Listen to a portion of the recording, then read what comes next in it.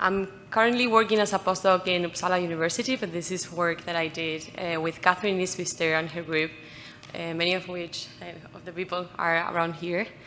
I want to say thank you for being here. Last talk, last day, last session. So thank you so much. I'm going to be talking about designing future social wearables with live action roleplay Larp designers. Wearables are growing in popularity nowadays, and these devices, by their nature, impact in-person social interactions. They are meant to be used while on the go, and thus they become intertwined with everyday social contexts and activities. Yet the first wave of wearables has focused primarily on personal data collection, without considering much the impact that these technologies have on interaction between people in the same space. We argue it is important both to avoid degrading the quality of in-person social interaction and ideally that we should enhance it. So the question that we're working in the lab is, how can we design social wearables? These are wearables that support and augment users in the moment collocated social experience. To address this question, we reached out to an expert community of crafters of social experiences, Larp designers. Larps fall somewhere between physical games and participatory theater, and typically feature highly interactive narratives played through performance in the physical world. By the way, you may not know this, but there's so many genres of LARP. This is a whole discussion, but so that you know, they range from fantasy LARP to science fiction to historical LARPs to LARPs set in the modern day. Many of these are politically themed and are on dystopian or utopian societies, and they explore serious personal, cultural, and societal issues. This picture here is from a LARP, a science fiction LARP that my colleagues and I have just participated before coming here. So LARP designers aim to create rich and immersive games and care most about the collective experience. In support of that, they make use of a variety of elements such as costume, physical objects, environments, and recently also digital artifacts. These are created and appropriated with these co-experience values in mind, supporting immersion and supporting the experience of the many. So as you can see in this quote, this is from previous work. There is a LARP technologist talking about a piece of technology and how the player's eyes should be reserved for interacting with the LARP, not with the technology, and to interact with the rest of the team socially, and to remain connected to narrative aspects of the LARP. In previous work, we talked a little bit about how LARPers and LARP designers include, appropriate, and design technology and other artifacts in support of their play experience. We talk as well about the different roles that technology plays to support this in-game experience, such as, for example, to simulate special powers or abilities, or to simulate machines and other equipment they have. For example, this picture on top, it represents an engine that I will be talking a little bit more about later. This is used in our LARP. There is a lot of concepts, related concepts in HCI that we have worked with, and I don't have, unfortunately, the time to go through them here. I encourage you to go to the paper and read more about that. The same with related working in games. We have a vibrant games research community here at CAI, and we draw upon some of this terrific work. Please read more about it in the paper. Now, for this project, we engaged in a research through design process that took 6 months, where we co-designed social wearables with Shoshana Kesop. She is a LARP and game designer and co-founder of Phoenix Outloud Productions. She created and ran the North American Academic LARP Conference Living Games as her MFA thesis, which she did at NYU Game Center. Together with Michael Malecki and their production teams, they organized Battlestar Galactica, Tales of the Rising Star, BSG Tales from here onwards, which has been running since 2013 at DexCon. We created 2 social wearables for them. So this particular LARP is a science fiction LARP. BSG Tales is a free-form LARP that lets players get immersed in this high-tension space drama of the Battlestar Galactica TV show. In BSG Tales, players enter the worlds of a medical spaceship that escaped the Cylons, a cybernetic civilization at wars with humans. In BSG Tales, this ship would crash on a planet inhabited by Cylons and humans. Some humans are kept by the Cylons in a farm where they work for them and where they also have implants, technology implants, that help them keep healthy and alive. A premise of BSG Tales was the creation of a full immersion experience within the confines of the rooms where the LARP takes place. The LARP designers carefully craft this immersive atmosphere through designing the LARP setting with interactive technology like the engine that I just mentioned before, and also with other props like fake weapons. Now, to engage in the design process, we studied the documentations they had, post-mortem, social media, player documentation packages. We also conducted several interviews with Shoshana, and we also built on our previous work.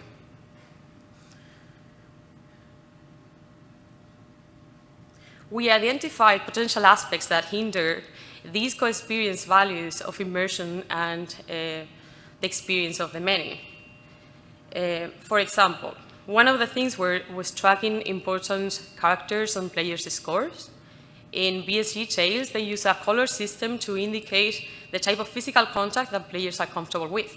So wearing a red sticker means that you're not comfortable with physical contact, and if you're going to engage in a fight, you need to talk it through.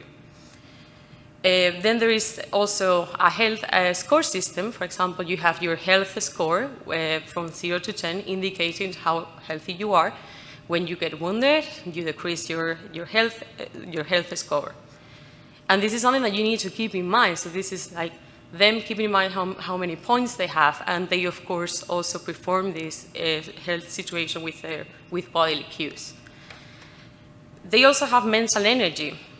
Players have a total of 10 points of mental energy, which is reduced every time that they engage in an activity. When they are exhausted or tired, they need to take a step back and let time pass by so that they recover this energy, or they can also socialize with other players to gain energy back. So in previous BSG Tales events, players would use these bodily cues to let others know how healthy they are, how tired they were. For example, an engineer who is extremely tired from fixing the engine would drag themselves to, for example, the bar to socialize with other players and regain some of these points, mental energy points. Another way to understand others' behavior and to clarify things is to step out of game. So they do this by putting a hand on the head, and then they talk things out of game. So for example, if I do something like this and I say, I really need to have some coffee. Now you may understand a little bit more of the context of this presentation, maybe. Now, that is important to negotiate rules and to let others understand where you are as a player, but it also breaks immersion. So we focused on those 2 functional needs, but in addition, and in support of immersion and co-experience and the experience of the many, we wanted to augment the expressivity and readability of verbal and non-verbal cues, and also to support players' connections with their physical and mental states, as well as that of others. A key concept that helps us design our social wearables is social affordances. For us, these are design aspects and qualities that allow for and support pro-social interaction processes, such as mutual awareness, or monitoring of certain people, or mimicry. Drawing upon initial investigation of this design context, relevant theory, and our prior work, we generated a set of working social affordances as follows. Social signaling affordance. This speaks of supporting and augmenting the expressivity and readability of verbal and nonverbal cues that players use as indicators of physical and mental states. Social appropriateness. This talks about augmenting players' signaling mechanisms to regulate the type of and style of interaction that they consider acceptable. Spectator sensitivity. This is about facilitating spectatorship. And we envision this something similar to social signaling, but from a public social distance instead than from a close personal distance or intimate distance. Emotional resonance. This is about supporting the players to better connect with the physical and emotional experiences of their characters. In the paper, we present more details about the design process, the iteration of these prototypes, and we explain in detail as well the design elements and considerations towards the intended social affordances. Here, I will focus on presenting the final designs. So I have here the health prototype. These help players to keep track, but also to represent their health score. There's two buttons on the face of this Adafruit circuit playground with which you can, there we go, decrease and increase the scores, the health scores. So once you are below 5, from green it turns to yellow, and if you continue, it goes to red, and down you're dead. So, all right. Let me just reset this. This health prototype was designed to provide a substitute visualization for physiological cues that players could not fake during the gameplay, but also to augment those bodily cues they used to represent their health state. We used an external neopixel indicating the preferred style of physical contact. So red would mean no, no, do not touch me. And then blue would indicate, this is going crazy, would indicate you are okay with, all right, being touched. This is something that can change during the game, and we were thinking about social appropriateness when designing this. People's consent change over the game, so we want to design for that too. Now, we also have a motor with two functions. One is to like a haptic feedback to indicate navigation when you're going up and down, but there's another mode which vibrates, depending on the health score, it vibrates to mimic your heartbeat. So the less healthy you are, the less frequently it's going to vibrate, as if your heart was stopping. All right. Then we have the mental energy prototype, ME, that would keep track and represent the energy that the players had, also ranking from 0 to 10, and they would be manually controlled by the player. Each of them would represent 1 point, and again, this was thinking about social signaling to amplify bodily cues that player would likely use during the role play. So if your energy is high, you're likely going to have your shoulders wide open and your lights will be all light up. While if you're running out of energy, you're probably going to kind of sink a little bit in and then your lights are going to be off. When thinking about where to place the controllers for this prototype, we thought about the arm for accessibility reasons for the player to change up and down, but also to encourage social manipulations, because social interaction was one of those factors that people used to increase their mental energy score. So this is talking about the affordance of social appropriateness. Deployment. So we ran this at DexCon. There were like 100 Larpers. The Larp went on for 4 hours. We had 36 prototypes, and they were used by 15 players and 4 NPCs, non-player characters. The players wearing this, they were playing humans who had been captured by the cylons, who had implanted this technology to keep them alive and well. Now, I'm gonna go through some in-game snippets. I wish I could show you in-game pictures, but, well, I don't have the consent to show you, so I'm gonna show myself just here. So you see that one of us was playing as an NPC, non-player character, to be able to observe on site, and there were also other 2 researchers, but invisible ones. Now, many players commented on how the wearables function as icebreakers. So somebody would just come to you and say, hey, how are you feeling? And this would happen independently of whether you were like all healthy or not. They were also very useful backstory tellers. So if you see somebody wearing this, it's obvious that they've been captured by the cylons and they had these implants. So this is, unlike in other LARPs, there was no need to explain who you were, right? This is something that Shoshana was commenting, that this makes a huge difference when you're playing a LARP with 100 people. You don't need to be asking, so who were you? Were you captured? Like, what's up with you? There's a scene about a few rebels who had these implants were hiding in a cave, and then there was this military representative coming in, and the player was something like this, right? So he was wearing this and like showing this bodily position. So when this person came in, the first thing to ask was, what's wrong with you? What's up with you, right? Now, this was not always the case. We were in that cave for an hour.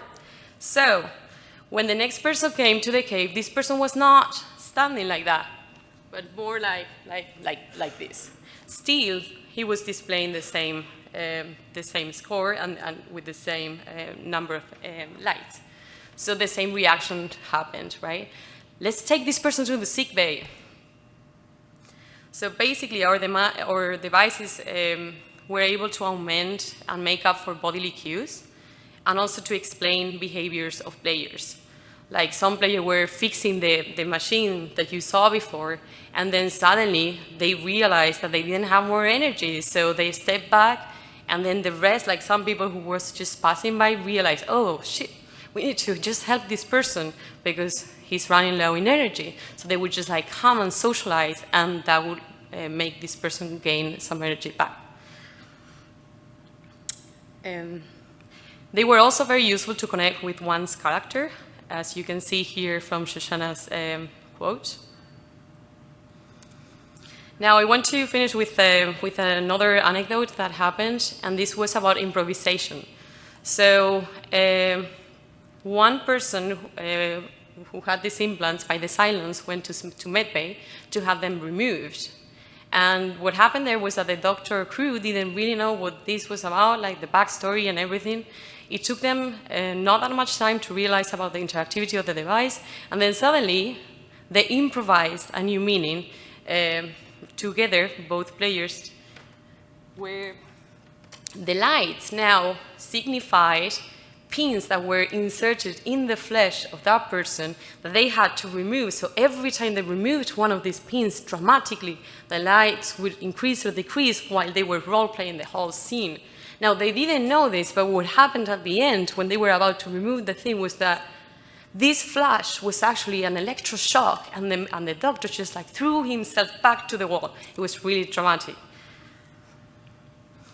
So I want to finish with some reflections. Oops. Instead of being in the way, this wearable attracting too much attention, these wearables supported the Larpers' expressivity and communication capabilities, which we attributed to the affordances of social signaling and spectator sensibilities. The haptic feedback, in particular the heartbeat mode, worked really well to allow the players to connect with their characters, which we attribute to the emotional resonance affordance. However, one of the designers cautioned us about this haptic feedback, saying, Miguel, he said that it can be a strong trigger for Larpers, like certain stimuli, like haptic and sense. So it's really good that you leave the player the possibility to choose if they want to have that, which we actually did. We have a switch that the players can just switch to the heartbeat mode or just the navigation mode. Our devices decrease the need of out-of-character communication, providing relevant backstories and explaining character states and what they were doing in-game, and even the preferred interaction style. To finalize, I want to highlight that our wearables worked well in support of the Larpers, the Larp designers' co-experience values of immersion and the experience of the many. They worked really well for intended, but also for unexpected functions. And they were also flexible enough to accommodate these unexpected situations, like I just told you about the doctor. We relate this to the transformative power of play that Bach and colleagues, also myself, were talking about earlier, Kai. And with this idea that in this magic circle of play, there's this co-design space that happens naturally. They are going to improvise what you can do with the device, and you as a researcher and designer can be there taking notes and using them for the future. We think this has potential to inspire wearable design outside the context of play. And the same goes for social affordances. We think they are useful concepts, guiding concepts for designing social wearables. That's pretty much all for me. I want to say thank you to you for being here. Again, last session, last talk. Thank you to our reviewers, to the people in the lab, and to everyone who made this possible. Now, I'm ready to take your questions.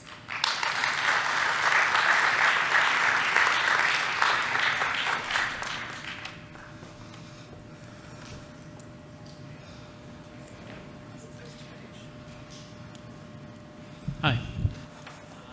From the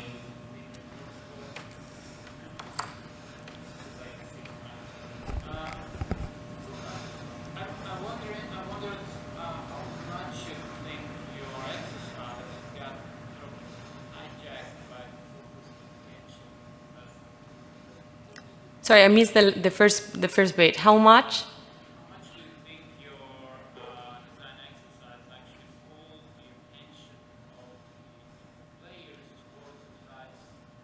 Right. Is that actually hindered the approach that discussed further than the idea that the Larp would be not to be focused on the device? Yes, that's generally the idea. Yes. If how much these devices attracted attention, if we measure that, and what was the last bit? If it disturbed the in-game experience. Exactly, what the Larp should be about. I can take that one first, if that's okay, or they are related. Okay, so we, when I was talking about these values, Larp designers, Larp technologists, they create all sorts of props and tools to use in Larp, in-game. And many of them look extremely cool, and they just they are super expressive and incredibly interesting, but they care most about how that technology support this collective co-experience. So we had actually in previous work, we had a lot of people commenting how if technology captures too much attention, then they wouldn't use it. It doesn't worth it.